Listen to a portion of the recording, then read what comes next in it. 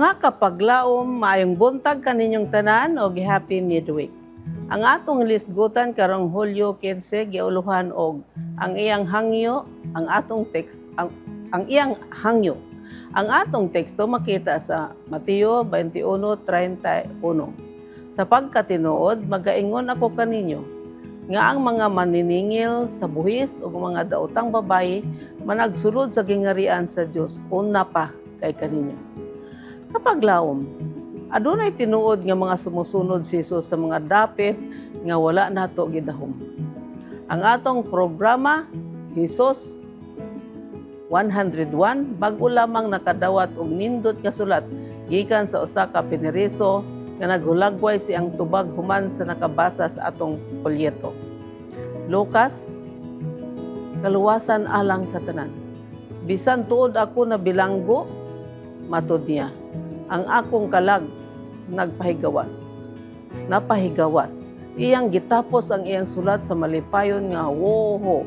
Samtang ako nagbasa niini, misantop sa akong huna-huna nga ang ubang mga piniriso gibati og pagkagawas nun. Samtang ang ubang mga tao na nanglingkod sa mga bangko sa simbahan, mahimo nga gibati og pagkabinilanggo. Balik-ad, dili ba? Ang Mateo 21:31 may usa ka sa labing makapakurat nga mga bersikulo sa bag-ong tugon. Kabahin kini sa sambingay sa duha ka mga anak nga gigamit ni Jesus sa pagtubag sa labaw nga mga saserdote ug mga ansyano nga nagduha-duha sa iyang katakos. Mateo 21:23.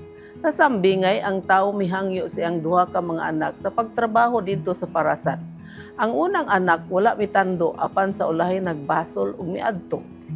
Ang ikaduhang anak mitando apan nausab ang iyang huna-huna ug wala moadto. Gipangutana sila ni Jesus, hain man niining druha ang nagtuman sa kabubuton sa iyang amahan ug sila mitubag. Ang nahiuna, gihatag ni Jesus ang makapakurat nga kahulugan. Sapagkat tinuod, magaingon ako kaninyo nga ang mga maniningil sa buwis ug ang mga daotang babayi managsulod sa gingharian sa Dios una pa kay kaninyo. Ang mga tao nga hinuon daw dili katuuhan ang mituo, apan ang labaw nga mga saserdote ug mga ansyano wala mituo. Ang mga maniningil sa buhis ug mga bigaon nga gitamay sa reliyoso nga mga pangulo, nakauna sa pag-adto sa gingharian kaysa mga saserdote ug mga ansyano nga nagtuman sa balaod ug nagbalaan sa igpapahulay.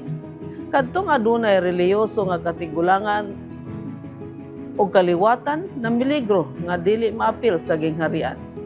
Sa labing literal nga kahulugan, ang naulahi nauna ug ang nahauna naulahi. Ang hangyo ni Jesus gituyo alang kanatong tanan. Nag-isip ka man sa imong kaugalingon nga reliyoso o dili sumusunod.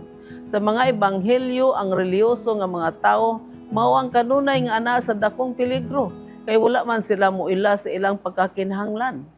Kapaglaom, atong tubagon sa matinud-anon ang hangyo ni Jesus pinaagi sa pagsusi sa atong mga kasing-kasing ug sa pagdawat sa iyang grasya nga dili angayan kang bisan kinsa.